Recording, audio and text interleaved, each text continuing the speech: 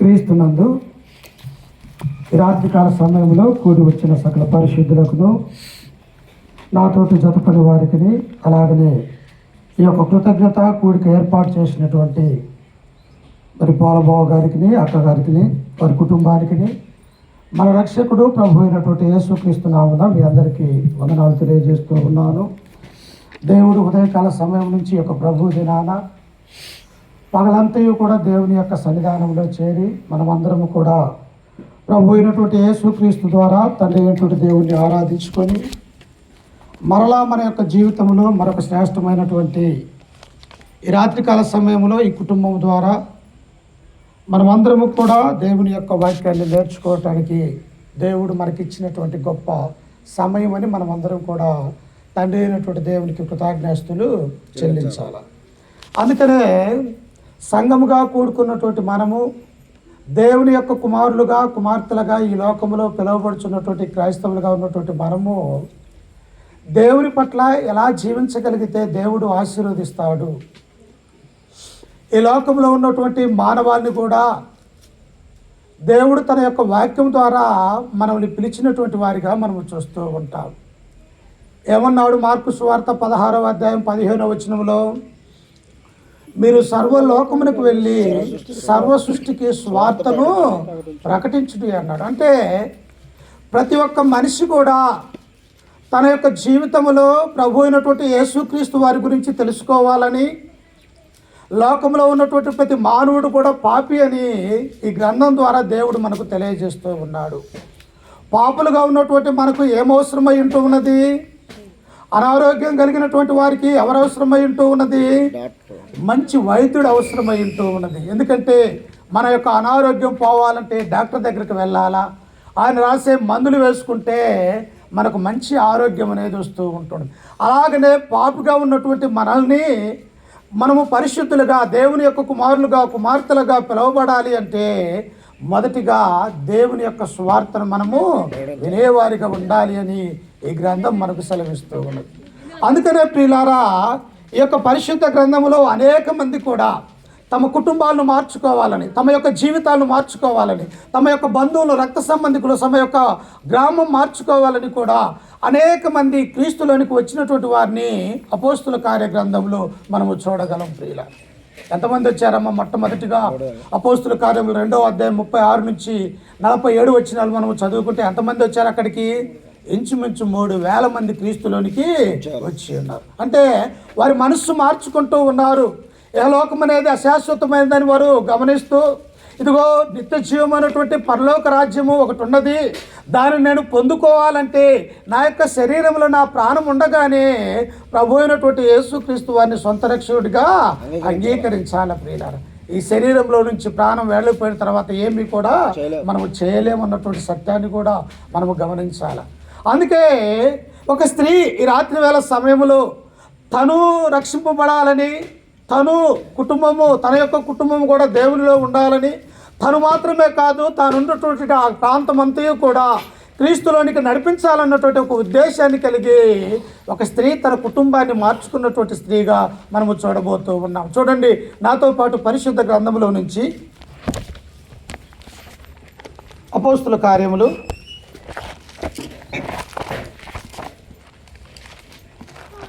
16వ అధ్యాయము 6వ వచనాన్ని చదువుకుందాం. 16:6 ఆసియాలో వాక్యము చెప్పకూడదని పరిశుద్ధాత్మ వారిని ఆటంకపరిచినందున వారు పృగియా గలతీయ ప్రదేశముల ద్వారా వెళ్ళిరి. ముసియా దగ్గరకు వచ్చి బితూనియాకు వెళ్ళుటకు ప్రయత్నం చేసిరి, కానీ యేసు యొక్క ఆత్మ వారిని వెళ్ళనీయలేదు. ఎవరంత వీళ్ళు? అపోస్తలుడైనటువంటి పౌలు, తనతో పాటు ఉన్నటువంటి శీల, తనతో పాటు ఉన్నటువంటి తిమోతి, ముగ్గురు కూడా ఆయా ప్రాంతాలకు వెళ్ళి అనేక మందిని క్రీస్తులోనికి మార్చాలా, వారికి దేవుని యొక్క స్వార్థ తెలియజెప్పాలా.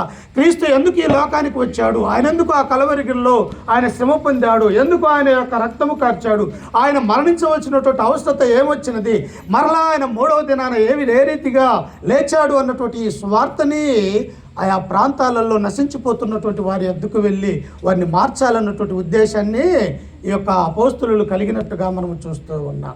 అందుకే ఏమంటాడు ఆయన? లూకాసు వార్త 19వ అధ్యాయం 10వ వచనంలో మనము చదువుకుంటున్నప్పుడు, నశించిన దానిని వెనక్కి రక్షించుటకు మనిషి కుమారుడు ఈ లోకానికి వచ్చాడు. ప్రియులు, ఎవరైతే నశించిపోతూ ఉన్నారు, ఎవరైతే ఇంకా చీకటిలో బ్రతుకుతూ ఉన్నారు, ఎవరైతే అంధకారములో ఇంకా పాపములో పడి ఉంటూ ఉన్నారు, వారందరికీ కూడా ఒక వెలుగు చూపించాలి, వారందరినీ కూడా రక్షణలోనికి తీసుకొని రావాలన్నటువంటి ఉద్దేశం కలిగి క్రీస్తు ప్రభు ఏం చేశాడో తెలుసా? 33 సంవత్సరాలు ఈ లోకంలో ఒక మానవుడిగా ఆయన జీవించి ఉన్నాడు. ఎందుకు ఆయనకు అవసరమా ఉన్నదా? దేవుని యొక్క కుమారుడిగా, ప్రభువుగా, లోకరక్షకుడిగా ఈ లోకమంతా కూడా, ఆ యొక్క సృష్టి అంతా కూడా ఆయన కొరకు నిర్మించినటువంటి వాడిగా తండ్రిని మనము చూస్తూ ఉన్నాం. అయినప్పటికీ కూడా తండ్రి దగ్గర పరలోక రాజ్యంలో నేను ఎలాగైతే పరిశుద్ధమైనటువంటి జీవితాన్ని కలిగి ఉన్నానో, అలాగనే నా సహోదరి మనులు కూడా ఆ రీతిగా పరలోక రాజ్యంలో నాతో పాటు సమానంగా ఉండాలన్నటువంటి ఉద్దేశం కలిగి 3.5 సంవత్సరాలు అపోస్తలులకు అనేక విషయాలు, ఉపమానాలు, అద్భుతాలు, సూచక్రియలు అన్నీ కూడా వారికి నేర్పించినటువంటి వాడిగా మనము చూస్తూ ఉన్నాం. నేర్పించి ఏమన్నాడు ఆయన? మీరు సర్వలోకానికి వెళ్ళండి, సర్వ సృష్టికి స్వార్థను ప్రకటించండి. తర్వాత ఏం జరిగింది? నమ్మి బాప్తిసం పొందిన వాడు రక్షింపబడును, నమ్మని వారికి, ఎవరైతే నమ్మాలని ఉంటుందో, ఎవరైతే తనకు తాను నిర్ణయం తీసుకోవాలా, ఒకరు చెబితే వచ్చేది కాదు ప్రియులారా, తన హృదయంలో, తన మనస్సులో, ఇదిగో నా హృదయంలో దేవునికి చోటియాలా, నా హృదయాన్ని మార్చుకోవాలా, నా మనస్సును మార్చుకోవాలా, ఇప్పటి వరకు చేసింది చాలీక దేవునిలోనికి రావాలా, నేను ఒక నిజమైనటువంటి క్రైస్తవుడిగా బ్రతకాలని ఎవరైతే నిర్ణయించుకుంటారో వారిని రక్షించడానికి దేవుడు ఎలా ఉన్నాడంట? సిద్ధపాటు కలిగి ఉన్నాడు. ప్రియుల, మొదట మనము సిద్ధపాటు కలిగి దేవునిలో ఉన్నామా లేమా అన్నటువంటి విషయాన్ని గురించి మనం ఆలోచన కలిగి ఉండాలి. ఇక్కడ పౌలు శీలలు ఎక్కడికి వెళ్తూ ఉన్నారంటే, తమ 2వ స్వార్థ ప్రయాణంలో ఆయా ప్రాంతాలకు వెళ్తూ ఉన్నప్పుడు వారు ఎక్కడికి వెళ్ళాలనుకున్నారట? చిన్నాసియా ప్రాంతానికి వెళ్ళాలనుకుంటూ ఉన్నారు. కానీ వారు చిన్నాసియా ప్రాంతానికి వెళ్ళాలని, అక్కడికి వెళ్ళి ముస్సేను దాటి ఓడ ఎక్కి ఆ యొక్క దేశం వెళ్ళాలని వారు అనుకుంటున్నప్పుడు యేసు యొక్క ఆత్మ వారిని వెళ్ళనీయలేదు, అంటే ఆటంకపరిచినది. ప్రియులు, అంటే మానవుని యొక్క తలంపు వేరుగా ఉంటుంది, దేవుని యొక్క తలంపు వేరుగా ఉంటుంది. మనం ఏమనుకుంటాము? మనం అనేక విధాలుగా మన యొక్క ఆలోచనలు, మన యొక్క తలంపులు భౌతిక సంబంధంగా ఉంటూ ఉన్నాయి. కానీ మనం చేసేది ఒకటి, దేవుడి యొక్క కార్యాలు వేరుగా ఉంటాయన్నటువంటి విషయాన్ని ఇక్కడ మనం చూస్తాం. అప్పుడు కింద వచనంలో ఏమని ఉన్నదో ఒకసారి చూడండి. అక్కడ 9వ వచనంలో, అప్పుడు మాసిదోనియా దేశస్థుడైన ఒకడు నిలిచి, నీవు మాసిదోనియాకు వచ్చి మాకు సహాయము చేయమని అతన్ని వేడుకొనుచున్నట్టు రాత్రి వేళ పౌలుకు దర్శనము కలిగెను. ఆనాడు దర్శనాలు ఉన్నాయి ప్రియులారా, ఈనాడు లేవు. నేను కలగన్నానంటే అది తప్పుడు వ్యవహారం, అది దేవునికి ఇష్టమైనటువంటిది కాదు. ఆనాడు దర్శనాలు ఉన్నాయి, అద్భుతాలు ఉన్నాయి, సూచక్రియలు ఉన్నాయి ఆనాడు. కానీ ఈనాడు దేవుని యొక్క గ్రంథం మనకు 66 పుస్తకాల ద్వారా దేవుడిచ్చి క్రొత్త నిబంధన చట్టం మనకి ఇచ్చిన తర్వాత అవన్నీ కూడా ఆగిపోయినట్టుగా మనం చూస్తూ ఉన్నాం. ఇక్కడ పౌలుకు ఏ దర్శనం వచ్చినదంట? ఆయనేమో చిన్నాసియా వెళ్ళాలనుకున్నాడు, దేవుని యొక్క ఆత్మ అక్కడికి వెళ్ళనీయటం లేదు. అప్పుడు వారు అక్కడ పడుకున్నప్పుడు రాత్రి వేళ సమయంలో పౌలుకు ఒక దర్శనం వచ్చినది. ఏంటి ఆ యొక్క దర్శనం అంటే, ఇదిగో మాసిదోనియా దేశస్థుడు ఒకడు నిలిచి, అయ్యా మాకు సహాయము చేయమని తనను వేడుకున్నట్టు ఆ యొక్క దర్శన భావాన్ని అక్కడ మనం చూస్తూ ఉన్నాం. అంటే ఏమున్నది ఆయన దగ్గర? పౌలు అన్ని వదిలివేశాడు ప్రియులారా. ఏమీ లేదు తన దగ్గర, కట్టుకున్నటువంటి బట్టలు తప్ప. ఆయన దగ్గర డబ్బు లేదు, బంగారం లేదు, వెండి లేదు. కానీ ఏమున్నది ఆయన దగ్గర? క్రీస్తు యొక్క సువార్తను ప్రకటించేటువంటి దేవుని యొక్క ఆత్మ ఆయనలో ఉన్నట్టుగా మనం చూస్తూ ఉన్నాం. ఆ మాసియా దేశస్తులు వచ్చి మాకు సహాయం చేయమని ఆయన వేడుకుంటూ ఉన్నారు. సహాయం చేయాలంటే మన దగ్గర ఏమి లేనప్పుడు ఇతరులను మనం అడుగుతాం, అయ్యా ఈ అవసరంలో ఉన్నాము, మాకు ఏదన్నా ఒక 10,000 కానీ 20,000 కానీ ఇవ్వని మనం ఇతరులను అడిగేవారిగా ఉంటాం. కానీ ఇక్కడ పౌలును అడుగుతున్నటువంటి వ్యక్తి, పౌలు దగ్గర ఏమీ కూడా లేదన్నటువంటి విషయాన్ని మనము చూస్తాం. ఇదే విషయాన్ని యెరూషలేము యొక్క మందిరానికి అపోస్తలుడైనటువంటి పేతురు, యోహాను వెళ్తూ ఉన్నప్పుడు ఒక కుంటివాడు ఏమన్నాడు? అయ్యా వారు భిక్షం అడుగుతూ ఉంటాడు. అప్పుడు పేతురు ఏమన్నాడు, మా తట్టు ఒకసారి తేరి చూడమన్నప్పుడు అతను వారి యొద్ద ఏమైనా దొరుకుతుందని చెప్పేసి వారి యందు లక్ష్యం ఉంచాడు. అప్పుడు ఏమన్నాడు పేతురు, వెండి బంగారం మా యొద్ద లేదు, కానీ మాకు కలిగినదే నీకు ఇచ్చుచున్నాము, నజరేయుడైనటువంటి యేసు క్రీస్తు నామం నీవు నడవమని ఆ యొక్క నడవలేనటువంటి వ్యక్తిని క్రీస్తు ద్వారా నడిపించినటువంటి వాడిగా మనము చూస్తూ ఉన్నాం. ఎక్కడ కూడా ప్రియులారా, మాసిదోనియా దేశం ఎలాంటిదంటే అది అన్యులతో నిండినటువంటి దేశము. దేవుని యొక్క మరి వాక్యము తెలియనటువంటి వారిగా ఉంటూ ఉన్నారు. వారు ఎక్కువ విగ్రహారాధన చేసేవారిగా ఆ యొక్క దేశంలో ఉన్నటువంటి వారిని మనం చూస్తాం. అప్పుడు పౌలు ఏం చేశాడో చూడండి, కింద వచనములో మనం చదువుకుంటే 10వ వచనములో, అతనికి ఆ దర్శనము కలిగినప్పుడు వారికి స్వార్థ ప్రకటించుటకు దేవుడు మమ్మను పిలిచి ఉన్నాడని మేము నిశ్చయించుకొని వెంటనే మాసిదోనియాకు బయలుదేరుటకు ప్రయత్నము చేసితిమి. వారు హృదయం ఆత్మ సంబంధమైనటువంటి మనుషులు కదా. ఎందుకు దేవుడు మమ్మల్ని పిలుస్తూ ఉన్నాడు, మాలో ఉన్నటువంటి ఆ పరిశుద్ధాత్మ దేవుడు మమ్మల్ని ఎందుకు ఈ రీతిగా నడిపిస్తూ ఉన్నాడు అని చెప్పేసి పౌలు జ్ఞాపకం చేసుకొని, ఇదిగో స్వార్థను బోధించడానికి మమ్మల్ని దేవుడు పిలిచి ఉన్నాడు అని వారి యొక్క హృదయములో అంతరంగములో అనుకున్నట్టుగా మనము చూస్తూ ఉన్నాం. నిజంగా నీ నా జీవితంలో కూడా ప్రియులారా, కుటుంబాలలో మనం ఒకటి చేయాలనుకుంటే మరొకటి జరుగుతూ ఉంటూ ఉన్నది. ఏది జరిగినప్పటికీ కూడా మనం ఎవరిని కలిగి ఉండాలా? ప్రభు అయినటువంటి యేసు క్రీస్తునందు మన విశ్వాసం కలిగి ఉండాలి. నా దేవుడు నాకున్నాడు, నా యొక్క కుటుంబంలో ఆయన ఉన్నాడు, ఆయన యొక్క వాక్యాన్ని నేను వింటూ ఉన్నాను, ఆయన యొక్క కుమారుడుగా కుమార్తెగా ఈ లోకంలో నేను బ్రతుకుతూ ఉన్నాను. ఏది జరిగినా కూడా దేవుని చిత్తాన్ని అనుకూలంగా నేను నడుచుకోవాలి అని చెప్పేసి మొదటిగా మన యొక్క హృదయంలో మనము తలంపు కలిగి ఉండాలని ఈ యొక్క వాక్యం మనకు సెలవిస్తుంది. అప్పుడు ఆయన ఎక్కడికి వెళ్ళారో చూడండి, అదే 16వ అధ్యాయము 12వ వచనాన్ని మనం చదువుకుంటే, మాసిదోనియా దేశములో ఆ ప్రాంతమునకు అది ముఖ్య పట్టణమును రోమియుల ప్రవాస స్థానమై ఉన్నది. మేము కొన్ని దినములు పట్టణములో ఉంటిమి. విశ్రాంతి దినమున గవిని దాటి నది తీరమున ప్రార్థన జరుగుననుకొని అక్కడికి వచ్చాము. ఎక్కడికి వచ్చారంట? మాసిదోనియా దేశంలోనికి వారు ఆ ఓడ ప్రయాణం ద్వారా వారందరూ కూడా ఆ పట్టణంలో ప్రవేశించారు. ప్రార్థన ఎప్పుడు జరుగుతుంది? వాస్తవంగా మన యొక్క గ్రామంలో కానీ లేకపోతే మన యొక్క రాష్ట్రంలో కానీ ఎక్కువగా ప్రార్థన ఎప్పుడు జరిగే ఆ యొక్క స్థలముగా రోజుగా ఉంటూ ఉన్నది? ఆదివారం జరుగుతూ ఉంటుంది, అంతే కదమ్మా. తప్పితే శుక్రవారం జరుగుతూ ఉంటుంది.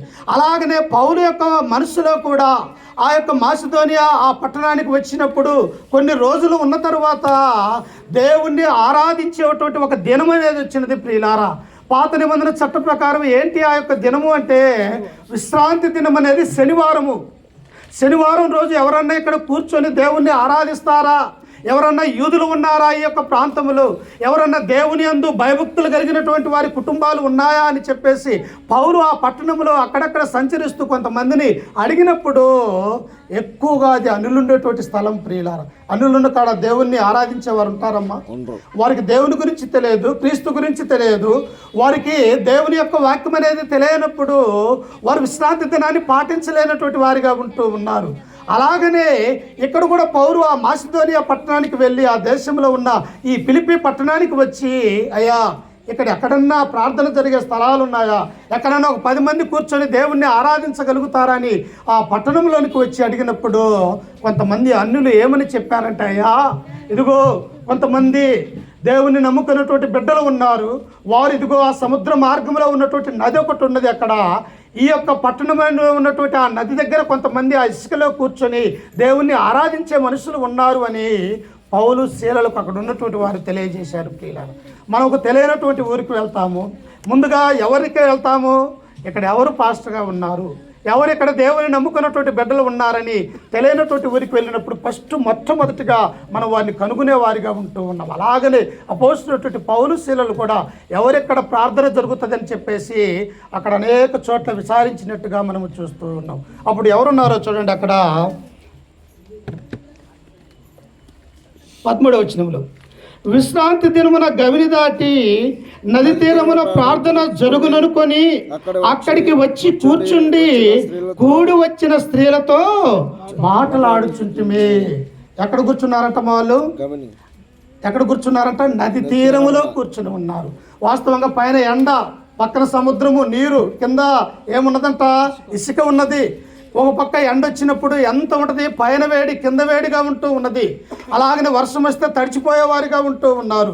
అయినప్పటికీ కూడా దేవుణ్ణి ఆరాధించాలా, నా దేవుని స్తుతించాలా, ఈరోజు నా దేవుని నేను గణపరచాలా, ఆయనకి ఇష్టమైనటువంటి కుమారులుగా కుమార్తెలుగా ఈ లోకంలో ఉండాలని స్త్రీలు ఏం చేశారంట?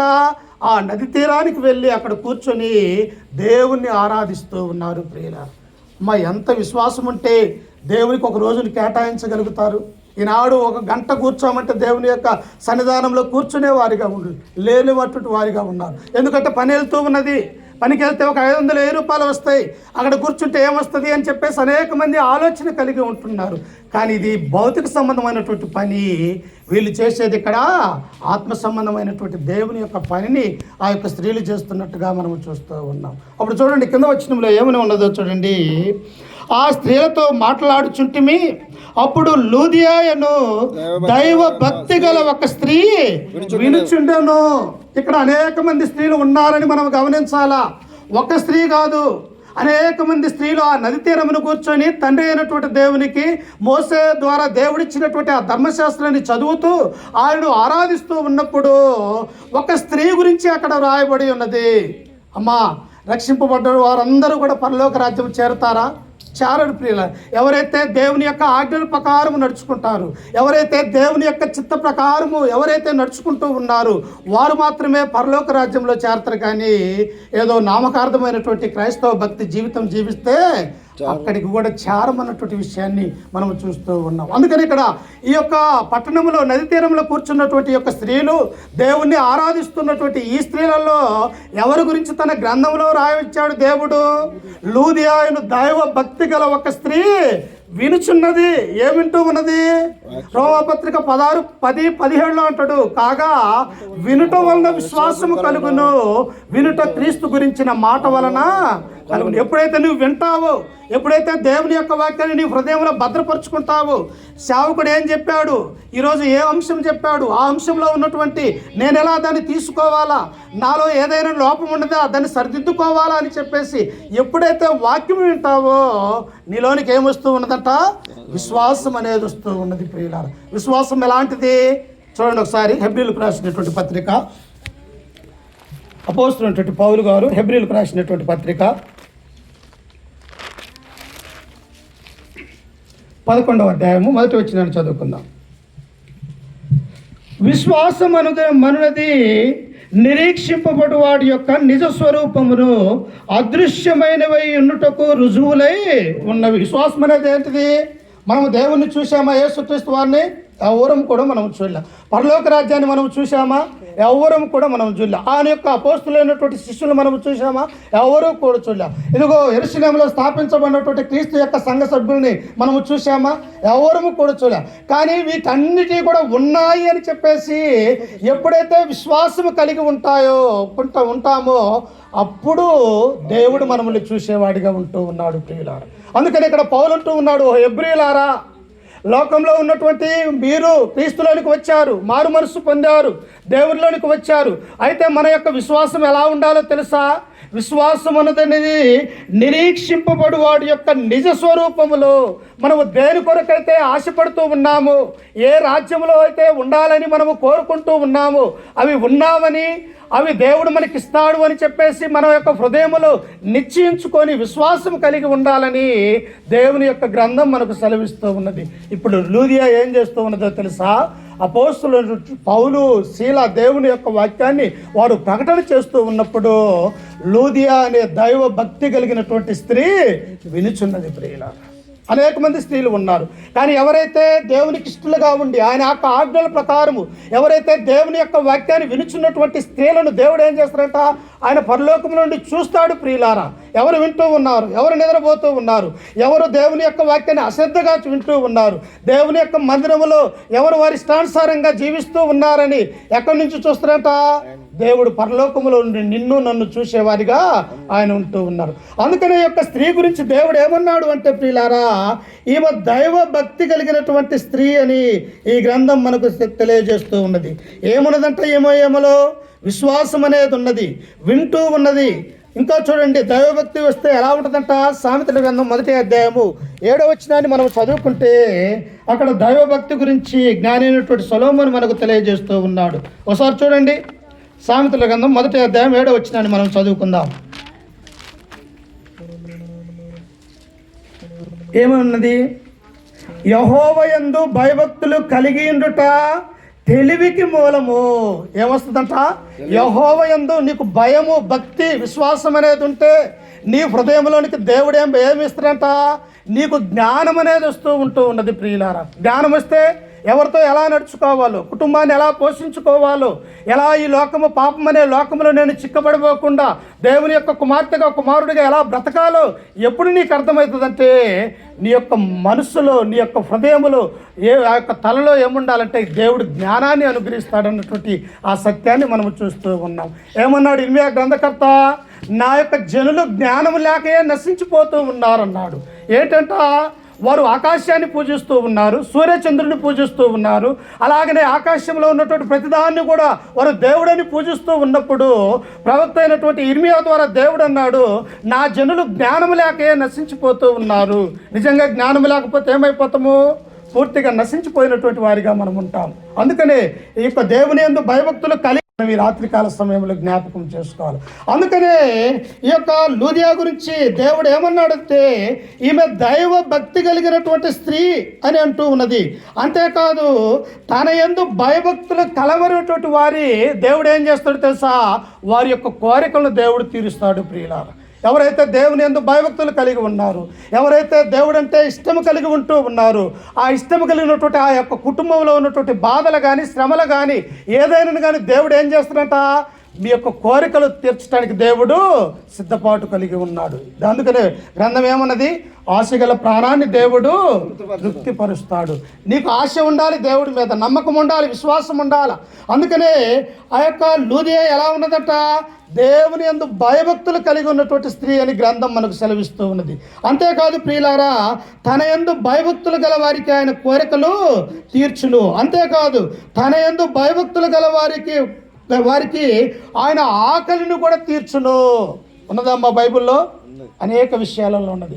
ఏలియా కేరితు వాగు దగ్గర ఉన్నాడు, ఆహాబు యెజెబెలు తరుముకుంటూ ఉన్నారు. ఇదిగో ఈ యొక్క బయలుదేవతలు, అషేరా దేవతలైనటువంటి యొక్క 850 ప్రవక్తల్ని నీవు ఏ రీతిగా వారు అబద్ధ ప్రవక్తలని నువ్వు తెలియజేస్తావు? మేము ఎలా, ఇదిగో నీ కారణంగా కదా ఈ యొక్క భూమి మీద వర్షం 3.5 సంవత్సరాలు కురవకుండా జనులందరూ కూడా అలారిపోతూ ఉన్నారని చెప్పేసి ఏలియాను తరుముతూ ఉంటూ ఉన్నప్పుడు ఆయన ఎక్కడికి వెళ్ళాడమ్మా? ఒక వాగు దగ్గరికి వెళ్ళాడు ప్రియులారా. అప్పుడు దేవుడు ఏం చేశాడు? ఆహారాన్ని కాకుల ద్వారా ఒక రొట్టె ముక్కను, మాంసాన్ని ప్రతిరోజు ఉదయం సాయంత్రం ఆయనకి దేవుడు అందించాడు. ఎలా? విశ్వాసం కలిగి ఉండటం ద్వారా. ఈ అరణ్యంలో చనిపోతాడు వాస్తవంగా ఏలియా. కానీ ఏలియా ఎవరు? దేవుని యొక్క దైవజనుడిగా ఉన్నాడు, ప్రవక్తగా ఉన్నాడు. దేవుడంటే భయభక్తులు కలిగి ఉన్నాడు కనుక దేవుడు ఏం చేశాడు? తన ఆకలిని ఆయన తీర్చివేసినట్టుగా మనం చూస్తూ ఉన్నాం. చూశారా? దేవుని యందు భయభక్తులు కలిగి ఉంటే కుటుంబానికి కానీ మనకు కానీ ఎన్ని ప్రయోజనాలు దేవుడు అనుగ్రహిస్తాడో చెప్పలేము ప్రియులారా. అందుకని యొక్క లూదియా స్త్రీ గురించి కూడా దేవుడు ఏమన్నాడంటే ఈమె దైవ భక్తి కలిగినటువంటి స్త్రీ.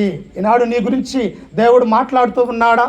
నా గురించి దైవభక్తిలో ఉన్నటువంటి కుటుంబం ఇది, దైవభక్తిలో ఉన్నటువంటి వాడని దేవుడు తన యొక్క పరిశుద్ధ గ్రంథంలో, ఆ జీవ గ్రంథంలో మన పేరు రాయగలుగుతాడా? అలా బ్రతకాలి అంటే ఈ లూదియా స్త్రీని మాదిరిగా మనము ఉంచుకోవాలి. అందుకనే కొరింథీయులకు రాసినటువంటి మొదటి పత్రిక 11వ అధ్యాయం 1వ వచనం, నేను క్రీస్తును పోలి నడుచుకున్న ప్రకారము మీరు నన్ను పోలి. చూశారా? ఒక మానవుడు మరొక మానవుడికి తెలియజేస్తూ ఉన్నాడు. యేసుక్రీస్తు అయితే లోకరక్షకుడిగా ఈ లోకానికి వచ్చి ఆ కలువరికిలో తన యొక్క రక్తాన్ని కార్చి ఆయన మరణించి సమాధి చేయబడి తిరిగి లేచిన క్రీస్తును నేనేం చేస్తూ ఉన్నా? ఆయనను అనుసరిస్తూ ఉన్నా, ఆయన యొక్క జీవితాన్ని నేను చూస్తూ ఉన్నా. అలాగనే మీరేం చేయాలో కొరింథీయులారా, నేను క్రీస్తుని పోలి ఎలాగైతే నడుచుకునిచున్నానో మీరు నన్ను పోలి నడుచుకోవాలి. ఒక మంచి మనిషిని మనం ఆదర్శంగా తీసుకోవాలి. కానీ పనికి మాలిన వాళ్ళని, లోకంలో ఉన్నటువంటి అనేక విధాలుగా ఎలాగంటే అలాగ జీవించే వారిని మనం ఆదర్శంగా తీసుకోకూడదు ప్రియులారా. అందుకనే ఈ దైవ భక్తి కలిగినటువంటి స్త్రీ దేవుని యొక్క సంఘం అనే ఆ నది తీరాన్ని కూర్చొని ఆమె ఏమింటూ ఉన్నదట? దేవుని యొక్క వాక్యాన్ని వింటున్నదని అక్కడ మనకు తెలియజేస్తూ ఉన్నది. ఇంకా చూడండి, తిరిగి అక్కడికి వెళ్దాం, సమయం అవుతుంది. అపోస్తుల కార్యములు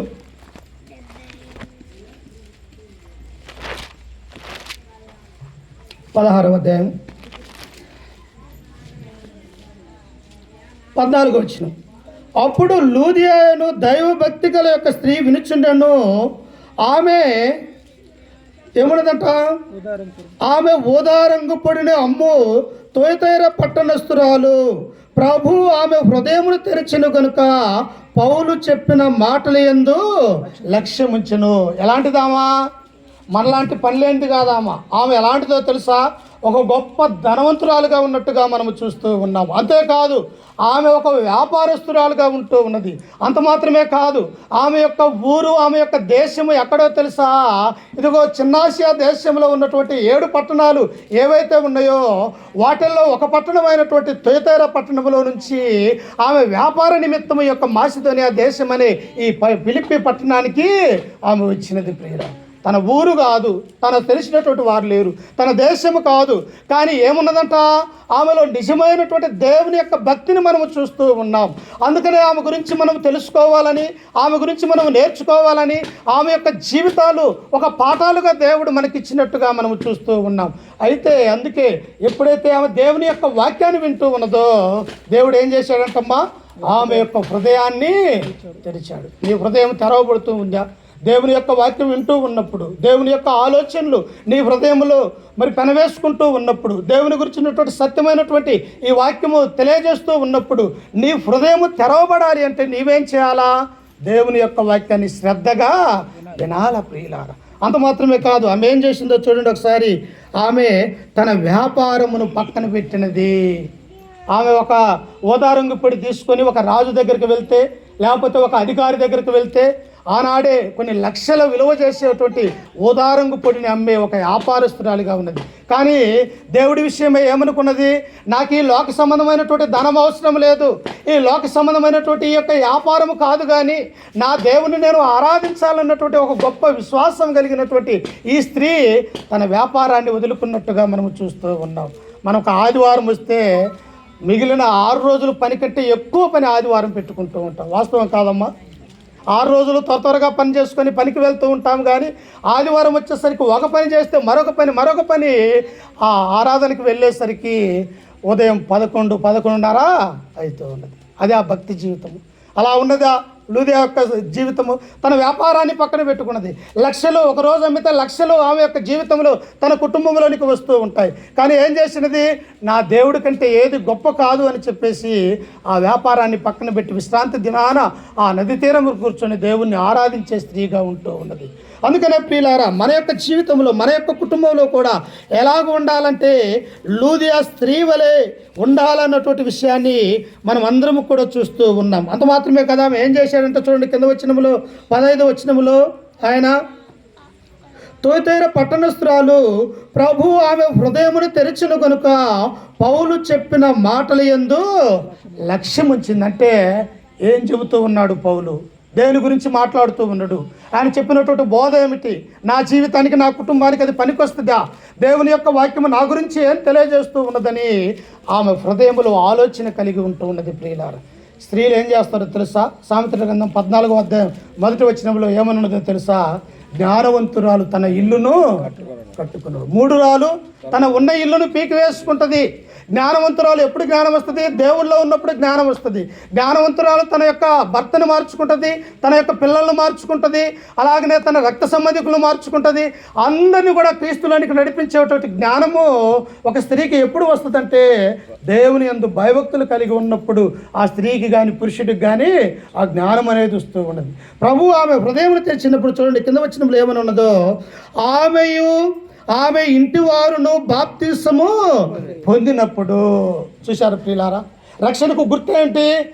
నీవు లోకంలో నుంచి దేవునిలోనికి రావడానికి గుర్తు ఏమిటి? ఒక వ్యక్తి అంధకార సంబంధమైనటువంటి చీకట్లో నుండి ఆశ్చర్యకరమైనటువంటి వెలుగులోనికి రావడానికి అవసరం ఏమై ఉన్నది? ఈనాడు ఇక్కడ నుంచి మనం ఒంగోలు వెళ్ళాలా, మనం బస్సు ఎక్కాము, ఏది అవసరమై ఉంటూ ఉన్నది? టికెట్ అవసరమై ఉంటూ ఉన్నది. అది ఉచితమైనప్పటికీ కూడా డబ్బులు ఇచ్చి కొనేదైనప్పటికీ కూడా ఏది అవసరమమ్మా?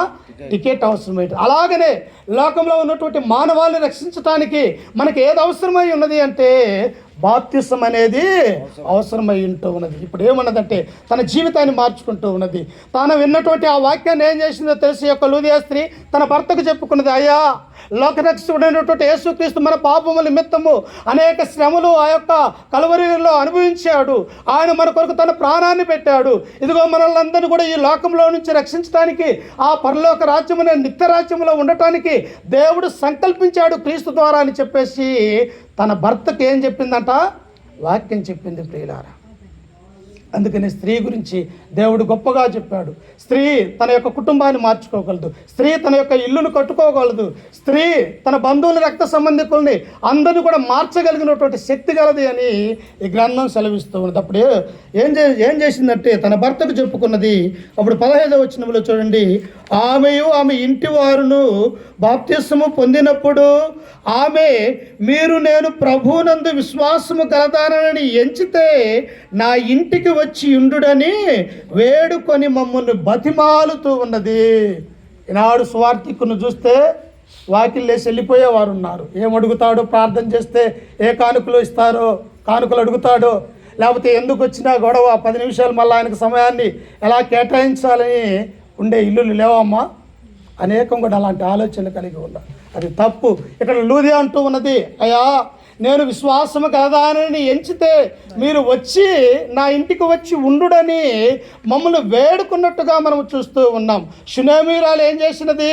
తన భర్తతో చెప్పినది, ఇదిగో మన యొద్దకు వచ్చుచూ పోవచ్చున్నటువంటి యొక్క దైవజనుడని నేను ఎరుగుదును, కాబట్టి అతను వచ్చినప్పుడు అతను నివసించడానికి మన ఇంటి మీదనే ఒక ఇల్లు కట్టించి అతను చదువుకోవటానికి ఒక బల్ల, మంచము, ఒక పీట అన్నీ అతనికి సిద్ధపరవాలి అని చెప్పేసి ఒక షునేమీరాలు ప్రవక్త పట్ల, దేవుని పట్ల ఎలాంటి విశ్వాసం కలిగి ఒక ఇంటినే ఇచ్చినదో, అలాగనే యొక్క లూదియా స్త్రీ కూడా ఏమంటూ ఉన్నది, నేను విశ్వాసము గలదానని ఎంచితే మీరు వచ్చి నా ఇంటికి వచ్చి ఉండమని. అలాగనే రాత్రి వేళ సమయంలో ఒక లూదియా స్త్రీ వలె మరి యొక్క అలాగనే ఇక్కడ ఉన్నటువంటి మీరు స్త్రీలందరూ కూడా మీ కుటుంబాన్ని కట్టుకోవాలంటే దేవునిలో ఉండాలా, దేవునిలో పిల్లలను నడిపించాలా, మన యొక్క భర్తలను మార్చుకోవాలా, మన యొక్క భార్యలను, మన యొక్క నడవలను చూసి మార్చుకోవడానికి అవకాశం ఉన్నది కనుక ఈ రాత్రికాల సమయంలో లూదియా కుటుంబాన్ని దేవుడు ఎలాగైతే దీవించి ఆశీర్వదించాడు, ఈ కుటుంబాన్ని కూడా అలాగనే దీవించి ఆశీర్వదించాలని చెప్పేసి ఈ వాక్యం ద్వారా మిమ్మల్ని హెచ్చరిస్తూ ఈ మాటలు నన్ను నేను కూడా హెచ్చరిక చేసుకుంటూ ఓపికతో మీ అందరికీ మన రక్షకుడు ప్రభు అయిన యేసుక్రీస్తు నామమున వందనాలు తెలియజేస్తూ ఈ అవకాశం ఇచ్చినటువంటి అన్నగారికి వందనాలు తెలియజేస్తూ నేను ముగించుకుంటూ ఉన్నాను.